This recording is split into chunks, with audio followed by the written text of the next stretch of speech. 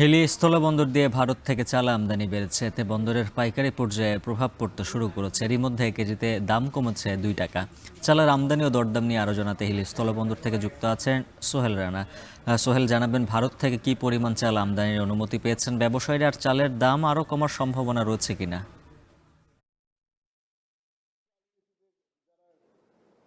জড়িত ছিল স্ব উদ্যোগে।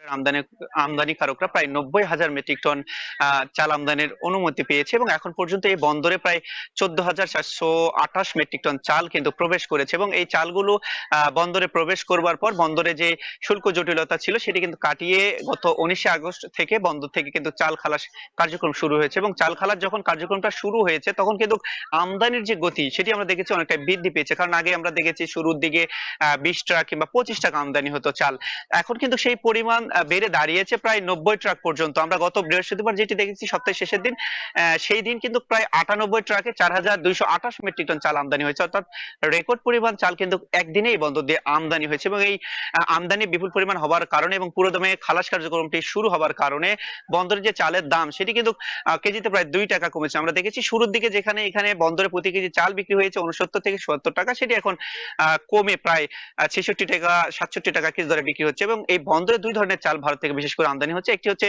সম্পা কাটারি আর একটি হচ্ছে যে স্বর্ণা 5 রয়েছে সেই চালটি কিন্তু আমদানি হচ্ছে এবং স্বর্ণা 5 চাল যেহেতু গত বৃহস্পতিবার আমদানি হয়েছে সেটি এখনো বেচা বিক্রি শুরু হয়নি, যার কারণে আমরা সেই চালটির দাম যেটি সেটি এখনো বলতে পারছি না। তবে আমরা আজকে পরবর্তী যে বুলেটিন গুলো রয়েছে সেখানে কিন্তু বলতে পারবো আসলে কি দামে সেই চালটি বিক্রি হচ্ছে। তবে আমি ব্যবসায়ীদের সাথে যেটি কথা বলছি তারা যেটি বলছে, যেহেতু সরকার চাল আমদানি অনুমতি দেবার পর শুল্ক ফ্রি করে দিয়েছে এবং শুল্ক মুক্ত ভাবে চালগুলো আমদানি হচ্ছে, সেক্ষেত্রে চালের যে দাম কমেছে সেটি আরো কমলে বাজারে যে ক্রেতা রয়েছেন তাদের জন্য ভালো হবে। কারণ শুল্ক ফ্রি চাল আমদানি করবার পরও আসলে চালের দামটি যদি 60 টাকার মধ্যে থাকে সেক্ষেত্রে সাধারণ যারা ক্রেতা রয়েছেন তাদের জন্য কিছুটা হলেও স্বস্তি বলে কিন্তু থাকবে বলে কিন্তু ব্যবসায়ী বলছেন এবং কাস্টমসের যারা কর্মকর্তা রয়েছেন তাদের সাথে কথা বলেছি, তারা যেটি বলছে যে চাল খালাসে সব ধরনের সহযোগিতা তারা কিন্তু করছেন। তো এই ছিল আমার কাছে হিলি থেকে সর্বশেষ পরিস্থিতি। উজ্জ্বল।